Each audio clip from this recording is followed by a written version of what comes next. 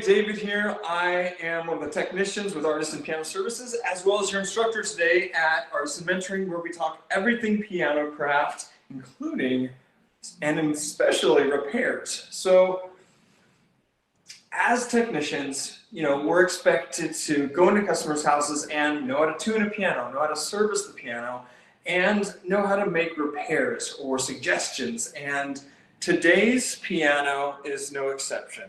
We have today this Yamaha, probably from, I don't know, the 70s, 60s, 70s, and we have broken or starting to break corded flanges. And so what you can see here is kind of this is what it should be able to do. I'm pulling nicely on that cord, and you can see right here, these cords are just brittle and they're breaking. And so the idea behind that is you have actually a spring that's attached to the hammer that's supposed to touch this cord. And as they're breaking, those springs are dislodged and they're making a click. The piano hammers aren't returning properly. So we need to go ahead and fix this. And I've done both. I've done both where I've replaced the flanges entirely, and I've done it where we're just putting a new cord in there. I can tell you that today I did the entire section except for this last octave, which I'm going to show you and demonstrate, and it probably took me 2.5 hours.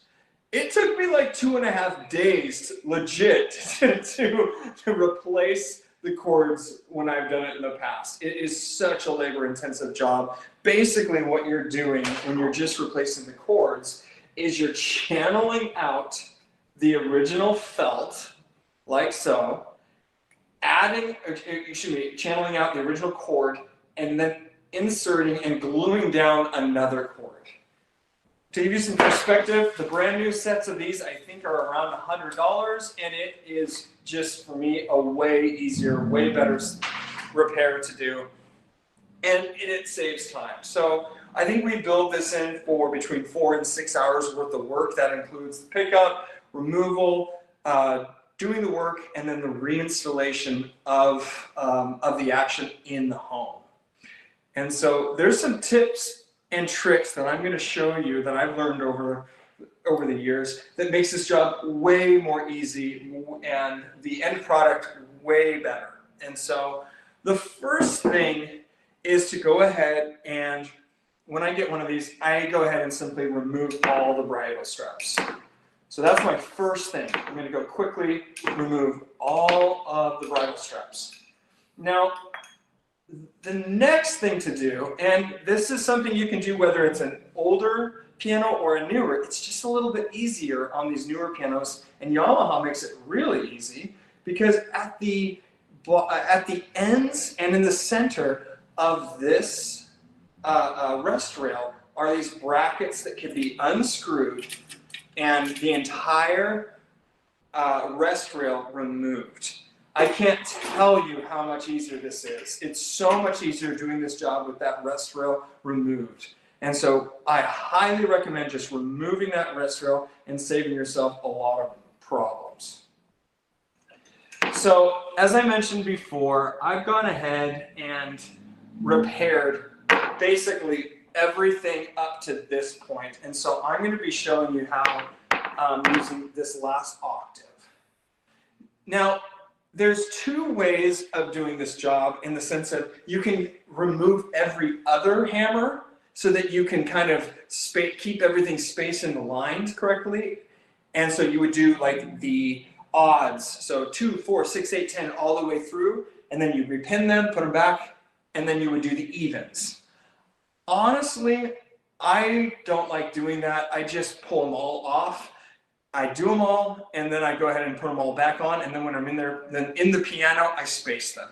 I find that for me, is easier in the long run, and it does save me time. That's it, to each their own, but I found that for me, it's way harder to go ahead and do every other, and it just takes more time. So this, I find, is the more efficient way for me, is to simply go ahead and just remove them all Questions so far? I'm opening up for questions right here.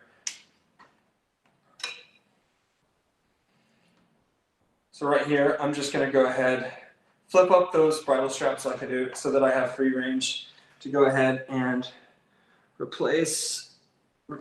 pull out these hammer butts. So I'm just loosening these screws right here. Can you guys see the angle okay? I'm going to take your silence as a yes. Yes. Yeah, we can see it. Good. So this is actually the easiest part of the piano to do.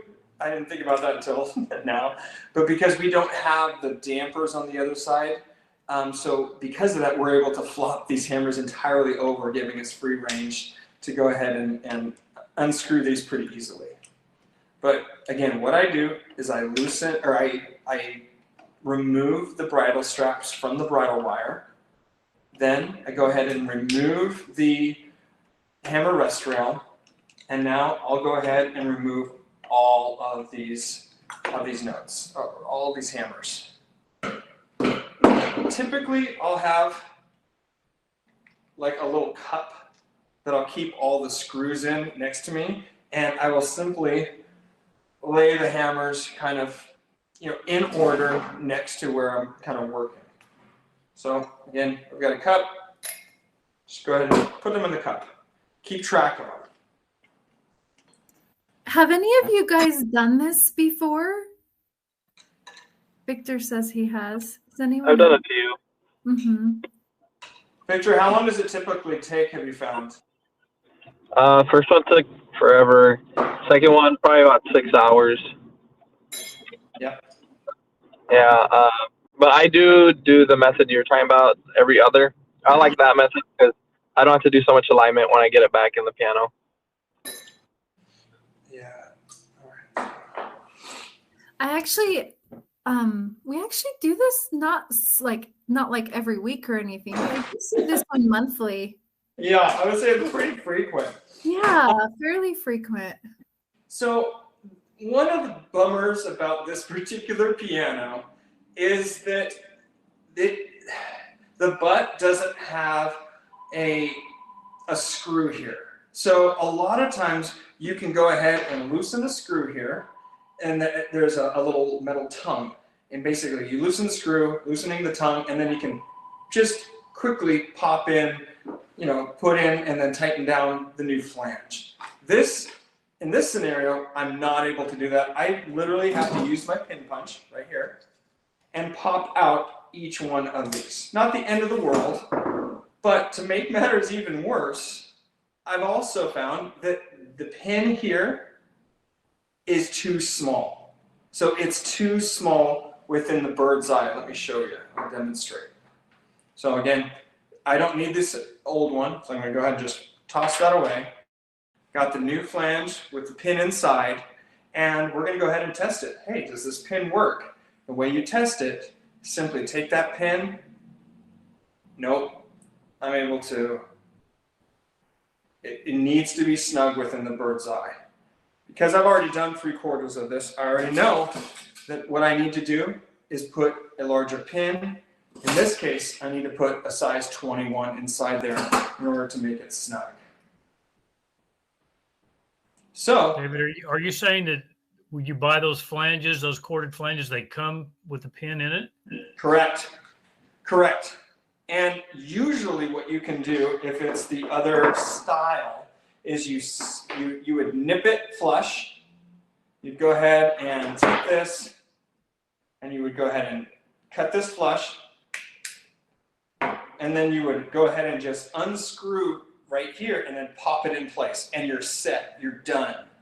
In this case, I have to do way more steps. So in this case, I removed the pin that they gave me, and now I'm going to go ahead and ream out using a slightly gnarled up center pin in a pin vise. And the pin that I'm using right here is a 20, I think it's a 20.5. Usually I'll use a 20, a size 20 if I'm going to put in a 21, but I think I use a 20.5. So I'm just going to spin this 9 times clockwise on each side, is what I found. And then I'm going to go ahead.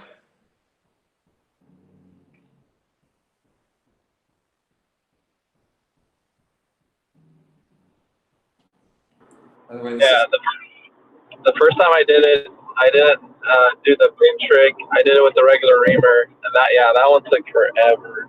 But Yep. since you told us about the trick with the pin, it's so much faster.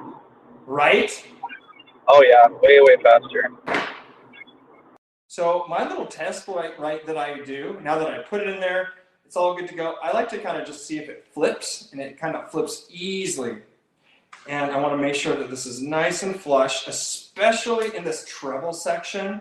A lot of times there's not a lot of spacing between the flanges. So you really need to make sure that this is cut nice and flush, this pin on either side. So that's really what we're going to do, right, as I just showed you. But what I do here is I like to do kind of a Henry Ford assembly line, if you will. So I'm just going to simply, with this whole octave of notes, quickly just pop out each one of these.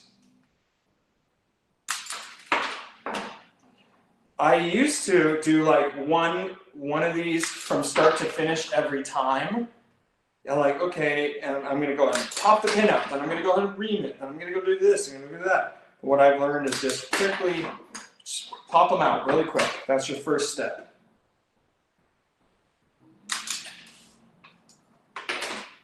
You all should have a pin vise. You should all have these, geez, what are these called? Like blanking.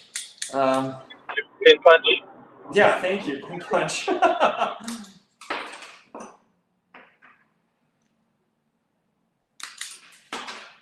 Are those hammers numbered? They are. Okay, because Yes. my workbench, I'd get them so mixed up so quickly. Yep, they are numbered. That's a great point, Robert. Yes, make sure that these are numbered before you get started. So the next thing I'm going to do is I know that each one of these guys, sorry, they all have to be the pins removed. So I'm just going to quickly remove all these pins. I know that none of them work. I'm going to quickly just do this.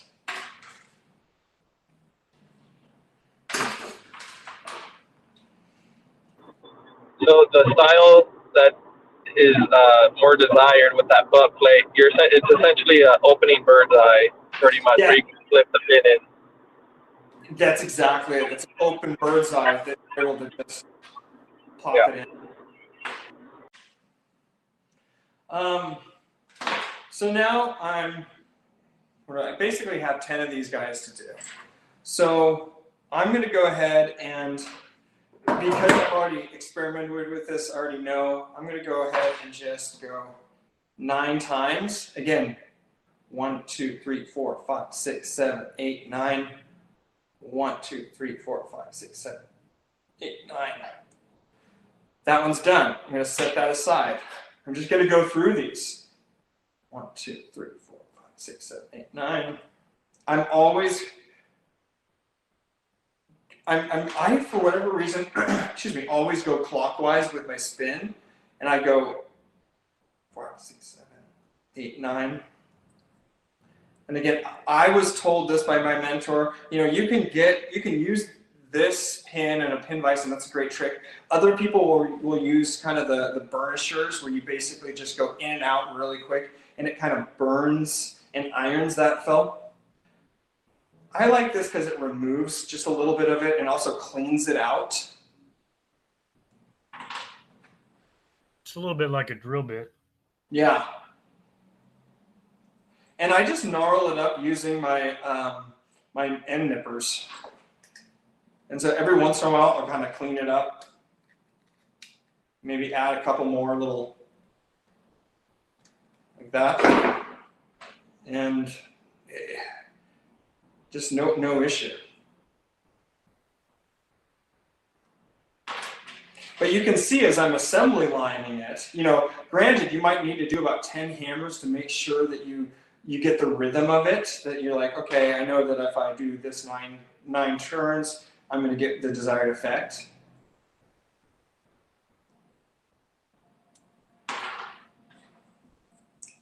The nice thing is I'm going to be able to come through and just pop these in and really quickly just, again, doing that assembly line, really get this done fairly quickly. Because again, we want to do really good work. We want it to be consistent and efficient. And this is just one of the ways we're doing it.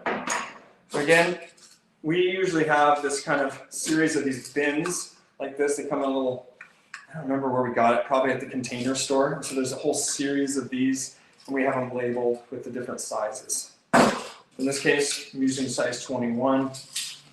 I have found, and it could be on our end, but sometimes the pins aren't, they're a little bit smaller or bigger. So I do want to like make sure that each one are the right size. So I'll just kind of go through and be like, okay, let's just test this in bird's eye. Yep, that's good. So again, I'm going to take this. I drape it down. You know, like you could do it this, but I always just drape it down. Started.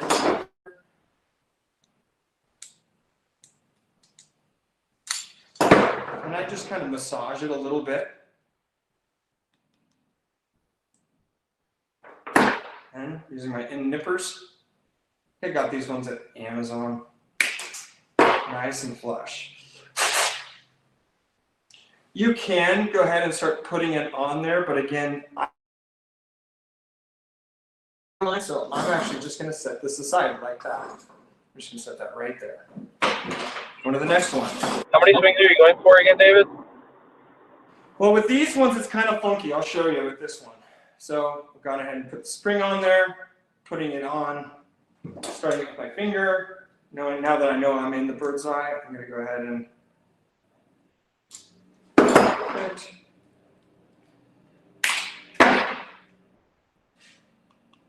I'm looking for that flap. One of the things you can do is remove that spring from it. So you see how I've, it's meant to be like this, but you can remove that spring and just try to get an angle where you can get a little bit of a swing test. 1, 2. Let's see if I can get it. 1, 2. It's so hard to do it with this. Basically what I do, I try to get like, you can also do it with the spring on, but I try to get like 3 little swings. 1, 2, 3. I'm not going to be able to get it right here. But again, usually my test is simply just making sure it's flopping really easily. And it almost makes us, it kind of, if you listen to it. You hear that? It's just no friction there, but it is tight within the bird's eye and within the flange bushings just right. And what you can do is set it on something flat like this, and then rock it side to side. So you're putting it on something flat, and then going side to side to see if it's nice and tight. And it's that perfect balance where it's tight enough where it's not wobbling, but loose enough that it moves freely. Generally speaking, you want the swing test, at least here in the Pacific Northwest, to be between 3 and 5 swings. That's what we usually like to see. I don't know if it's the same over in your neck of the woods, but that's what we usually like to shoot for. Yeah, we're 5 to 6 here usually. Yeah.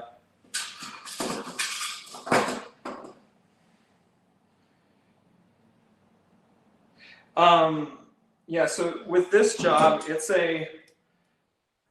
I would say it's a good 6-hour project from start to finish. And so depending on what your rates are, 6 hours times whatever rate you're going to be, plus parts and supplies, and there's a lot of debate on what to charge for that. I'm of the opinion that, knowing what parts to select, having them in stock, having everything, it's well worth it. So to me, a 25% markup is something that I would, if somebody said, hey, I'm doing 25%, I wouldn't say they're in the wrong at all. So. Yeah. Are you charging more if you need to get the other pins as well, the ones without the butt flange? So you got to throw away the pin that it came with and put new pins in? No, we have never, I probably should, but we've done so many of these, we're pretty efficient at it. So. Yeah. Yeah. And when you asked earlier, the last ones I've done, the last two, they have the butt plate, so they've been faster. But now that I think about it, if it doesn't, it's probably another 2 hours added on to Yeah. the ones with it. But you can That see seems about right. you can see with my rhythm right here how quick this is going, you know? And to be honest, I didn't come up with this. My rebuilder friend Sam, he was the one. He specialized more in the belly as well as the finish, and I was more in the action. And he said, "Hey, why don't you try doing it this way and kind of an assembly line?" And I'm like, "No way! You got to do it each one a certain way, and I don't know, feel the vibe." And he's like, "Try it," and I'm like, "Oh my gosh! All right, fine. Yes, that's way better." Because I mean, this is, you know, we're going to get this done in a fraction of the time, and it's going to be consistent. I guess Henry Ford, the assembly line, had the right idea. Did you do it this way, Victor, before, where it was more of an assembly line like this? No, not at first. At first, I would do step by step for each one. But I've found just in anything you do, if you can do the same thing over and over again, do that. It's always faster. So yeah, now I'll unscrew them all at once, every other one, take them off, and then pop out all of them at once. So yeah, exactly what you're doing. I just prefer to do every other. Yeah. So the thing that a lot of technicians mess up when they're putting this back in, specifically with these Yamahas, are two things that they mess up. Can anybody guess who's done it? You know, whoever's done this before, Victor, you know, that might be you. But can you guess the two things that people screw up when they're putting these back? They don't put the screw in reverse first to make sure that it goes in the rail correctly. That's a big one. 100%. The metal rail, which is that much more. Yeah, sorry. Mm-hmm. Oh, no, yeah. You can definitely do some damage. And then now you got a serious problem if you strip out that rail. That's really the one I can think of. I'm not sure what the other one is. All right, you ready for the other one? I'm going to zoom in. And I legit did this with the last one I did. I'm going to zoom in and see if you can see it. You ready for it? Here it is. All right, this one doesn't have a free move. Yeah, no, it is free moving. Ready? See that? See that, everybody? That is a little wire. There's a little dowel. And what it is, and if you look at these, you can see what it's meant to do. See that? How there's that little channel cut out of this? That is meant to keep this, when it's on, from going side to side. And what I've done in the past is literally the last one I did, I forgot about this. And it had fallen down, and you can still tighten it down. And it wasn't until afterwards that I found that I had done that, and I had to remove literally all of them, put this back into place, and then tighten them on properly with this little dowel in place. Do not. Is that a Yamaha thing, or that's not universal, is it? You know, I think that there's a few. I think there's quite a few, you know, Asian manufacturers that do something similar. So don't think that if you're not, you know, if it's just a Yamaha, because I think I've seen it in Young Chang. Young Chang does it too. I believe so. Yeah, I want to say. I could be wrong. But that turns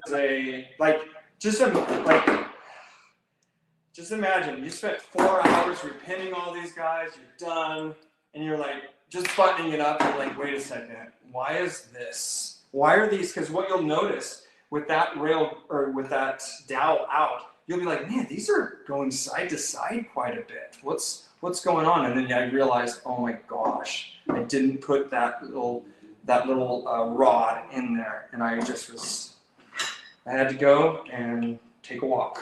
I had to take a walk. And mess with my Zen. Victor, what did you say the first one was? So when that rail, that the screw goes into. On this one, it's made of metal, aluminum, and usually the screws are made of steel. So if you do not put that, when you put the screw in, you want to go in reverse. So twist to the left until you feel a click and a bump. You'll feel that screw kind of just bump into the rail. That means that the threads are starting correctly. And then you can go to the right. Because if you just start going to the right and the threads are not lined up, then you'll probably strip the rail because it's a softer metal. And obviously that's not a good thing, because then you're never going to get that screw tight or all the way on. And then that flange is always going to be loose because it's not tight. So yeah, what David's doing, go to the left. Yeah, exactly what he's doing. So I've just kind Just of good idea anytime though. I'm twisting counterclockwise, making sure I got it set, because it should go with relatively little friction. Yeah. If it's going really, if you're really cranking on it and you're like, I'm only halfway and it's not going, then you probably didn't start it right.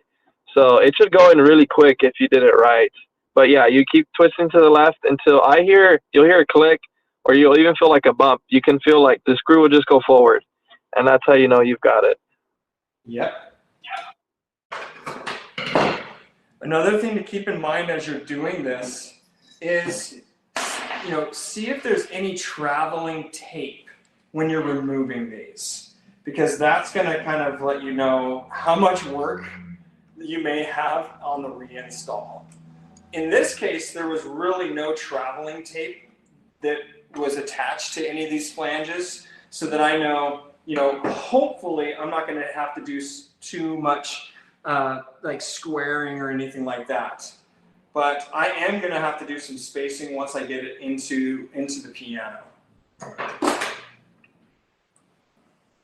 Yeah, and Victor, I've just found that, because I used to do the same thing where I was like, okay, I'm going to do every other just in case. I found that the amount of respacing is not that much more than when I don't do it. Yeah, that's probably true, because I start to do a lot of respacing anyway, so might as well just. Exactly. Yeah. Makes sense. I'll do that next time. I'll try it. All right, so here I messed up. So this is, let's see. So I'm like, man, why is this thing rubbing up against it? And going back to our friend Robert, I got him out of order. Here's the 78, and that should have gone right here. So it's easy to do, is get them out of order. So be sure that you do label them. And don't be one of those labelers where you're labeling it like right. Do it to the side, do it underneath, do it more inconspicuous. I've seen some where there's just like this big old like Sharpie of this number on it, and I'm like, oh, how tacky. Please just respect the craft, man. Respect the craft. I've erased all my numbers because I put them in wrong, and I didn't want whoever comes in the future to see that. So I erased them all and redid them. We had this one technician once, and his handwriting was like legit. Like it looked like a typewriter had like just numbered it. And it was like just him doing it freehand. I'm like, you can label wherever you want, man. That looks gorgeous. But aside from him, I've never seen anybody do it well. Just wherever. And I'm a big fan of using pencil, not pen, when it comes to labeling stuff.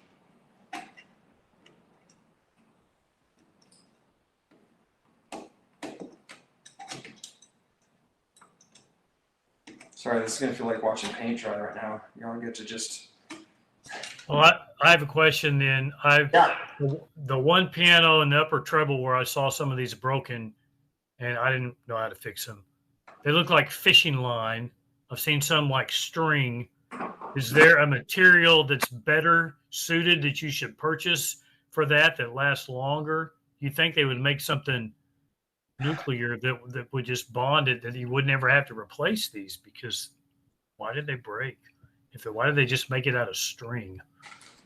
Yeah, it's a good question. I mean, you can see this is the original, and it's so brittle, like you can even see dust come apart. Yeah, look at that. Literally dust. I know a lot of guys will use either a monofilament or a fluorocarbon or a braid. I mean, those are all the three types of fishing line. But any of them, I've seen people use all three of them. Yeah, you're saying, Robert, if you're not going to replace the whole flange, just doing the cord. That looks way too hard. I would just buy the corded flanges, but I didn't know if they sold them with the stronger type of string that you recommended, or is that something you can do? They all come with the same new cord. As far as I can tell, they all come. The new ones all come with something that looks basically the same, and I've seen different versions of it. And yeah, I guess I wonder in 50 years what it's going to be like. Maybe these are going to disintegrate, and my kids' are going to have to work on them. But yeah, that's a good point. I've done some where sometimes you go into customers' houses and there'll be like a turn of the century like grand piano, and they'll have a whip-in that has one of these cords that's holding the repetition spring in place. And one time I was like, actually not one time, several times this has happened, where I'm like, I do not have any twine or anything on me. So I'll ask them if they have any dental floss, and I'll use dental floss. And I've had good success with that. Yeah, I've seen them on the gram that I worked on. It had it on the jack spring and the repetition lever spring. It was just a little string, just a little cord. Yeah. Have you ever had to replace the spring that goes in the cord? Have I ever had to do what? Replace the spring that's there on the back of the hammer. But yes, that was I didn't know you could order them. I made them by hand. That was the worst. Yeah, you can order these springs, and if you look really close, I'm trying to see. Can you see there's like the way that they put it in is this? There's a little hole, and they pull a thread or a little toothpick in there. I've done both, and yes, I've had to replace those springs. Not a whole set, but like onesie twosies. Yeah, no, I had to do a whole set, and I couldn't find the right springs. This is when I started, and I had my accounts on everything, but I just didn't know what they were called. So I ordered damper springs instead, and I had to clip them all and rebend each one, and pull threads through. That was, oh god, that took a few weeks. I'm guessing you charge like $300 for it too. I did so many jobs like that. It was for my grandparents. It was on their piano, so it was free. Yeah. Yeah. Yeah, so it's so funny. Like I look back at kind of some of my old invoices and what I would charge, and I'm like, whoa, that is pretty inexpensive. All right, so now that we've gone ahead and reinstalled all of those hammers, we can go ahead and go back to our rail and just kind of put our rail back in place.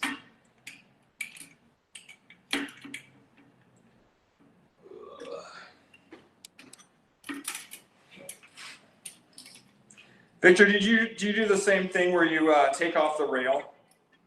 No, I haven't tried that yet. Oh, the last two I did were Young Chang, so I don't think I could get it off easily. Yeah. And before that, I really didn't know. I had one come off on me on accident on a P22. I was carrying it by the restaurant. That's always where I carry them. And the whole thing slipped out while I was standing, so it fell straight on the floor at the school. Oh, no. That terrified me. And it broke the brackets. And I don't know what I had in my box. I was able to make one. But, that was a nightmare. Wow. Yeah. Able to MacGyver something to get it fixed? That's crazy. Oh, yeah. I was so scared. I thought I broke the whole action. I was like, I probably broke all these whip-ins and everything. But it was okay.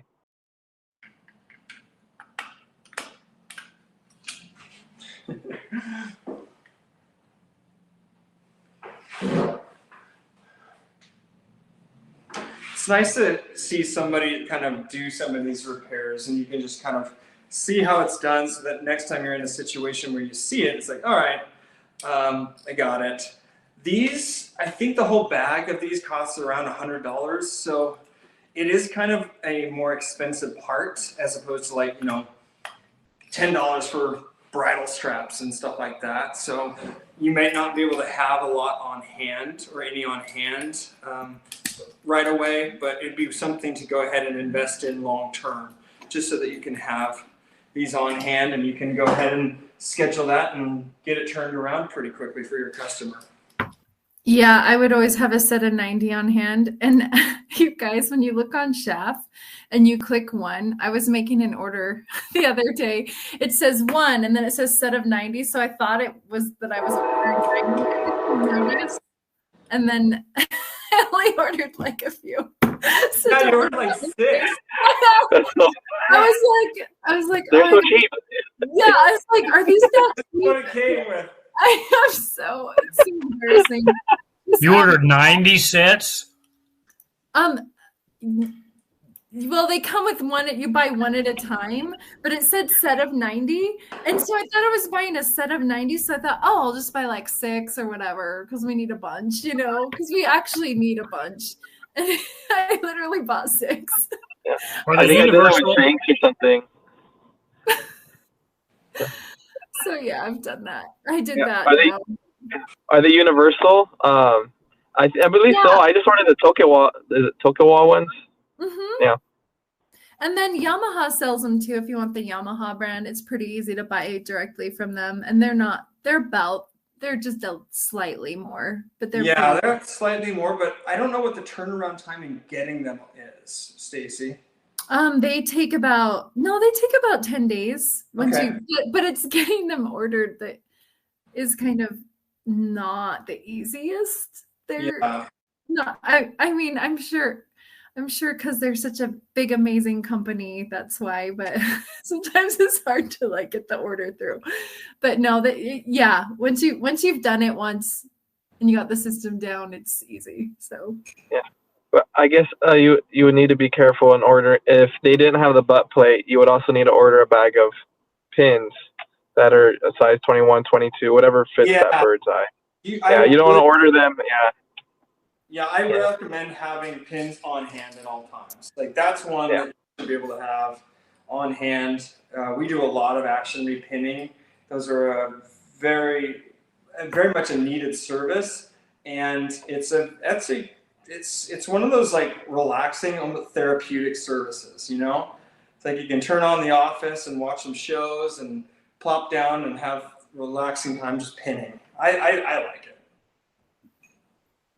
By the way, after you're done, the last thing that you're going to want to check after you're installing these bridle straps to the bridle wires is double check that all of your jack springs are seated correctly underneath the jacks.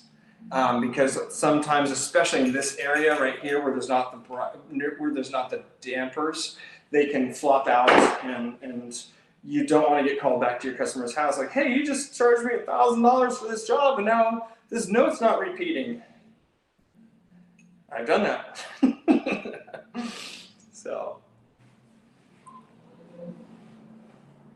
good times. Sweet repair. You're flopping those bridle straps on there so quickly. I've stabbed my thumb so many times and just trying to get the rhythm of that. I can tell you've done a few, David. That's therapeutic to me. I love putting bridle straps and taking them off. I love it. Yeah, it's one of those things that it took me a while to get used to it, and then it's just I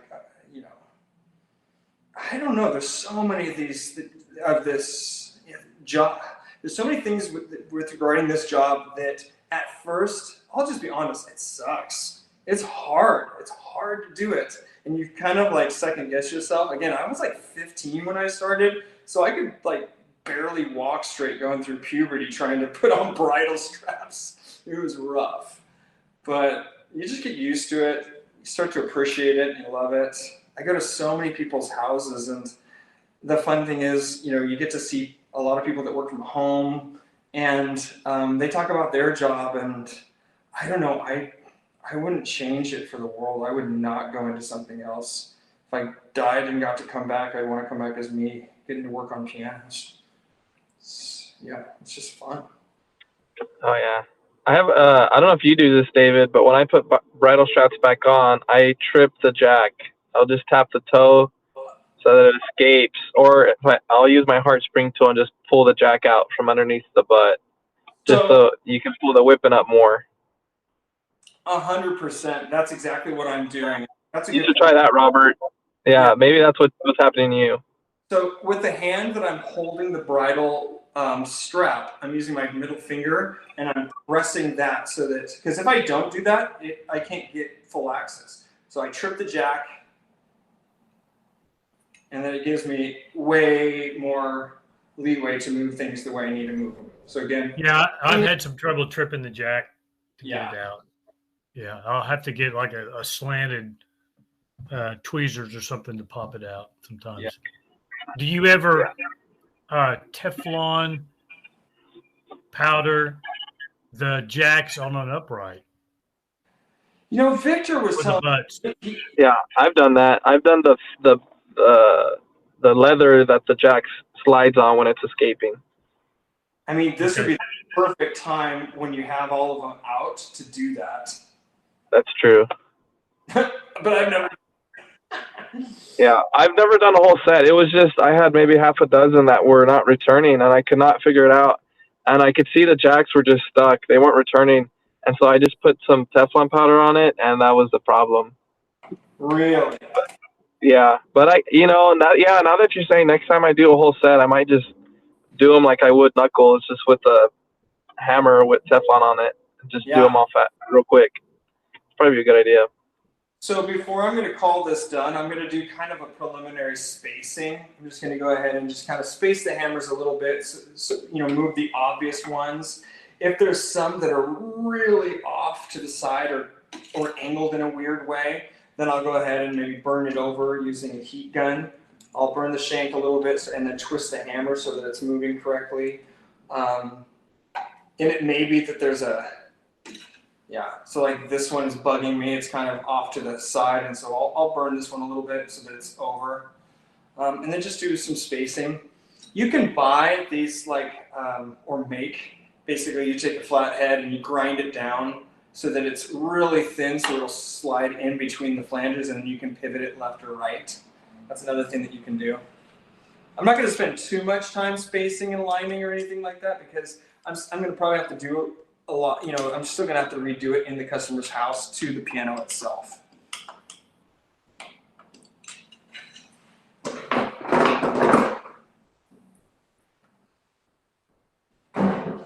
Typically, by the way, I like to go, I'm just trying to think. Yeah, I like to go from right to left with these. I don't know, you can get them pretty quick, especially with a newer set. And that's another thing, Robert, you might be working on older sets. It's way harder to do. These newer ones just go right where you want them to go.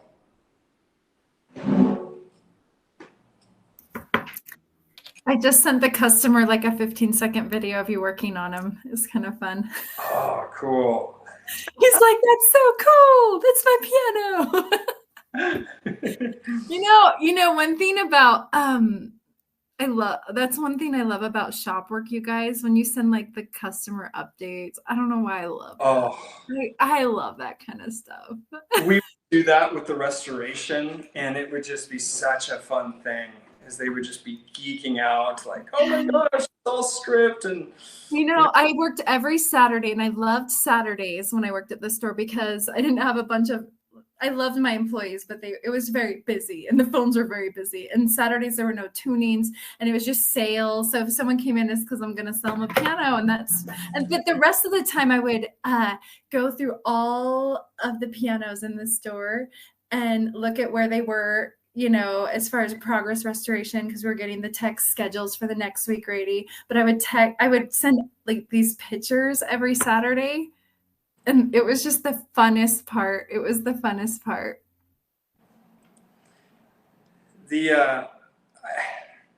We're technicians, but when I hear the word technician, a lot of times I think of something, I don't know why. I think of like appliance technicians and stuff like that. And what we do is so much more meaningful, and that's fun. So it's like, I don't know. It's That's true. it's not a white collar job. It's not a blue collar job. It's this weird in the middle. You know. Yeah. I read a book, and the guys. I'm sure you guys have read it. The Piano Tuner, by something. His last name is Mason. But he referred in the book, the Piano Tuner. He writes a note, and at the very end, he says his name, and then he refers to himself as Piano Tuner and Voicer. I was like, well, that's a really nice title, a piano voicer. And so it's a lot more special than just a technician. Piano tuner. Yeah, piano tuner and voicer. Wow. Yeah, it's funny because my brother Adam texted me the other day, and it's a really sweet text. He says, hey, thank you for, I'm paraphrasing, I don't remember the exact thing he said, but basically, thank you for helping me teach me and help me find the career that I love. I've been doing it he has his 10-year anniversary of doing it. And so it was just a sweet thing, and I called him, and he was going to go and become a CPA, like an accountant. And so I'm like, do you ever wish that you would have gone and become the CPA? He's like, no, dude, especially now with AI and the stuff that they're talking about. Like how AI is going to take over the legal and the financial departments, and make so he loves what he does, and he does an amazing job. He's been doing it for now a decade, which is huge. So cool. So proud of him. Did anybody see that video of the self-tuning piano that guy made by heating up the strings? I think it's a horrible idea. It is a horrible idea. I saw that. Well, yeah. You have to share that in the chat sometime. Yeah. It's disgusting. It heats up. You're heating up the strings to change the pitch, but as soon as you turn it off, they cool down and it goes back to being out of tune. But I can just think about like you burning damper felt, then dampers aren't working correctly, and then it might heat up the tuning pin, within might ream the pinhole for the tuning pin. Like there's so many things. I'm like, that's an awful idea. Wait, are you? Wow, we need to post that in the chat because I've never heard of such a thing. That's crazy. Yeah, no, it's. I'll put it, but yeah, it's to me it's so dumb. I feel bad. I mean, I don't mean to be mean because the guy did put a lot of thought into it, but I don't know. I feel like there's a lot of ramifications that might occur because of that. I think he'll figure that out pretty quickly too. I think he'll figure it out once he sees the comments. You know what I heard once? I always wanted to do this. I always wanted to like come up with a device, and I had a tech that was like, oh, I could make that. I'm like, really? Like where it could just test the tuning like periodically, like how you have like your fire alarm and it beeps when it's getting low, like when your piano's going certain out of tune, it would like notify me so I could call you and be like, your piano needs tuning. Because some pianos need it way more than every year. So we thought of that too, about developing an app like that early on that we can offer our customers, but then we thought like, geez, what happens in a week from now if like the piano's swollen up a little bit and it's just doing its normal changing, and then they call us back and we have this peace of mind guarantee. So then we're like, well, we thought of the same thing, and we were like, Then you set the app to not test it till like 6 months later. Yeah, that's a good point. Just kidding. Yeah, we get into a lot of issues with people testing it with like their like violin tuners or their guitar tuners. I'm sure you, Victor, run into that. Like, hey. Oh, yeah. We've had people stand next to us, pull out their guitar tuner, and like put it next to the piano while we're tuning, and they're like, "That's not in the middle." And I have to be like, "Oh my god, I gotta go through this whole lecture of, yeah, it's not the same." This one guy was really upset, but I hate when they do that. Oh yeah, I basically just say, that's a really good guitar tuner. I have one of those for my guitar. Think of this as like a guitar tuner, but it's like a $1,200 version of one. Wait, what? And they're usually like, yeah, that's what I tell people. Or they'll tell us like, "You're just using your phone." I can just get that. I was like, "Yeah, you can if you have $1,200." And they're like, "Oh, okay." Yeah. Yeah, it's $1,200 for the app, another $400 for the tuning hammer, and then it's like, plus the strings are gonna break. Yeah, this is this is basically set. So I'll spend maybe 10 more minutes and space everything, just kind of as a preliminary. One thing to keep in mind, if you're ever going to do one of these for your customer, you want to make sure that there's not some extreme dents and wear on the hammers. Because what happens is no matter what, it's very rare for you to be able to get these back in the exact spot that these are meant to be and hit those grooves. So say there's 3 grooves for the tricords, for them to hit the exact moment, it's just not likely. So usually we'll say, hey, we're going to have everything out. We're going to have everything at the shop. Why don't we do a hammer surfacing shaping as well? And so that's something that most people will, you know, especially if you explain it to them, saying, hey, I'm going to repin these. We're going to get them where they should be, but they're going to want to go back into those grooves, which is going to wear the pinning. And so usually people are more than okay to have you do that. If you're just doing this service, what did you say the overall price is? I think that we charged, I think the last time I did it, I think we charged just under $1,000. Just for the corded flanges? Or was that for the surfacing and everything else? No, we went to the customers. So what it was is we quoted it, I think it was like $950, including parts and labor. And so then a week or 2 later, they said, let's do it. So we went there, service call, take it to the shop, brought it to the shop, disassembled everything, lubricated everything, you know, pivot points and stuff like that, did the service, and then reinstalled it. So basically 2 service calls and then the shop work plus the parts, you know, ended up being right around $950. And it probably could have been around $1,250, if I'm honest.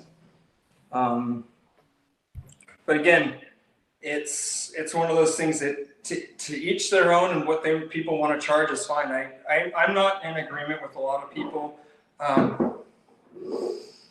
That's just so much money, and you know, how could you do that? I'm like, well, I'm not putting a gun to the customer's head. I'm just saying, hey, this is what I'm going to charge you. Do you want me to do it? That's it. It's a free market, free choice. Well, I can find somebody to do it for 1/3 the price. Great. Have them do it. So I'm not a big fan of this idea of like, well, what do you need to get by to live your life? And you should only charge that. There's a lot of that going around. And I'm like, well, everybody's a little bit different. You know, I have a lot of bracelets that I need to buy, and that's a part of my life. And, you know, they don't come cheap. So I got to read a lot of Flange in order to buy my bracelet. How do you explain to the customer that this was like a manufacturer problem? Because I feel like they start blaming it on me. Like they kind of take it out on me. I'm like, oh, it's not my fault. They didn't. They put the right materials on it. I would say that, hey, just like all things, over time, things break down. In this case, they used to use this corded, you know, these cords that in the end, fast forward 50 years, they're breaking. And, you know, such as everything, things break down over time. And in this case, these are all breaking down. Luckily, we can replace them. And so this might be something that you have to do every 50 years. That's usually how I explain it. And they're usually really cool with it. But yeah, it can be one of those things. It's like, well, why is it broken now? I'm like, well, we were on their way out. You can see that they're just starting to break. But yeah, I've had that issue where they're like, didn't notice it, and then they start to break and things happen.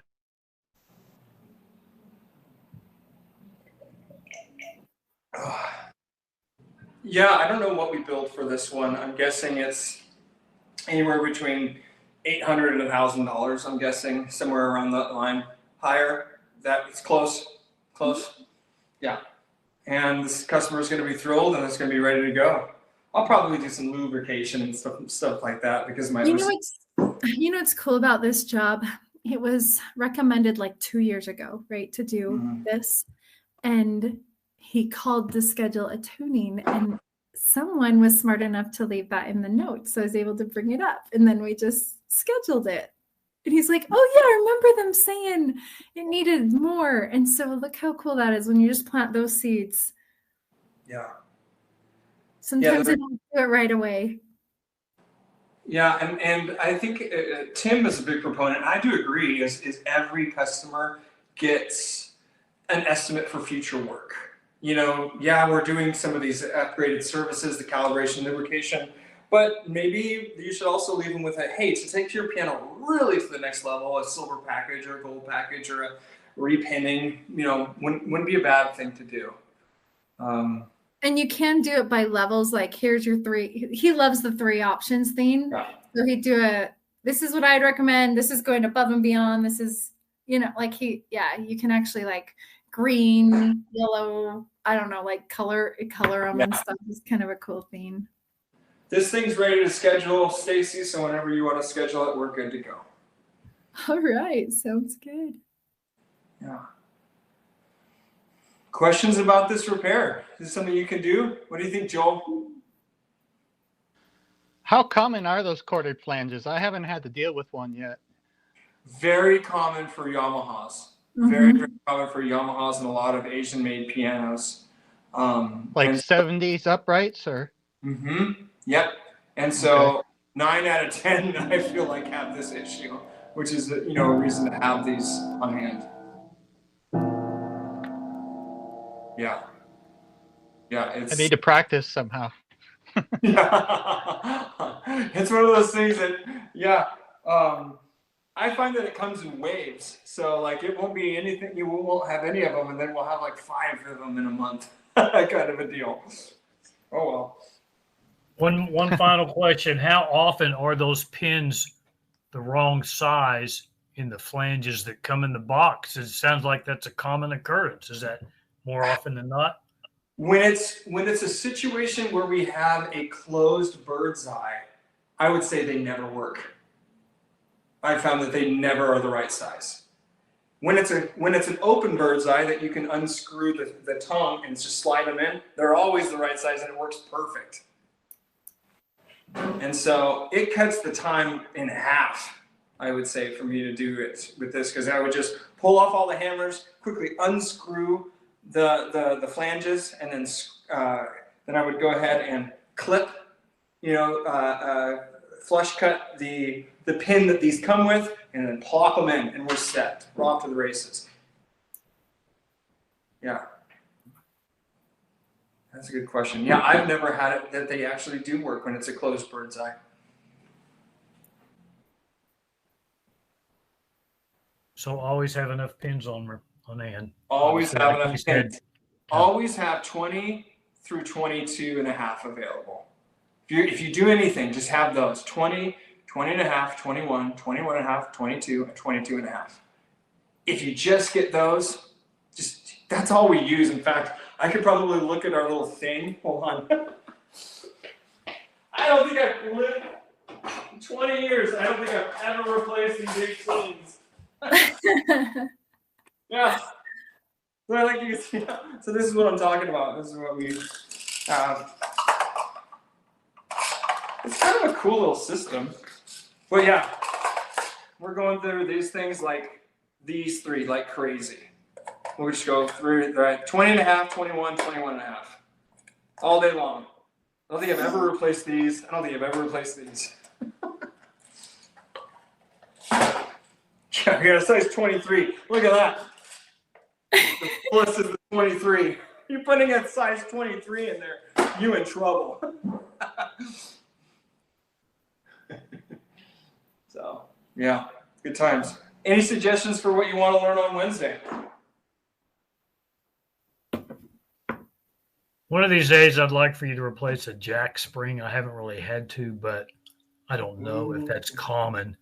But I know they're glued in at the bottom, and I tried it once, and it was a dismal failure. But I don't know if that's something that we should know or not. Yeah, no, that's a good one. I like that because there's repairs you can do to the jack springs. There's, I like that. All about jack springs. Yeah, because there's some stuff that I've done that's been creative, and I have an old upright action here that the springs are in rough shape, so we can kind of. So I like that one. Yeah. Well, maybe also the same. I guess springs in general, the damper springs, retightening those for kind of what is the word? Noisy dampers and uprights. Let's do it all about upright springs. Upright spring maintenance and servicing. Yeah, I like that. That's a great one, Robert. We'll do that. All right. Call it David knows jack about springs. I like that one. Joel, you should just be in charge of all the thumbnails. You just Yeah, that was pretty good, actually. That was funny. I love. Oh, it's funny. Well, I'm gonna get some more water. I will see you all on Wednesday. Go find some Yamahas with some broken cords and go fix them. If you look, you'll find them. Bye. If you look, you'll find them. See y'all.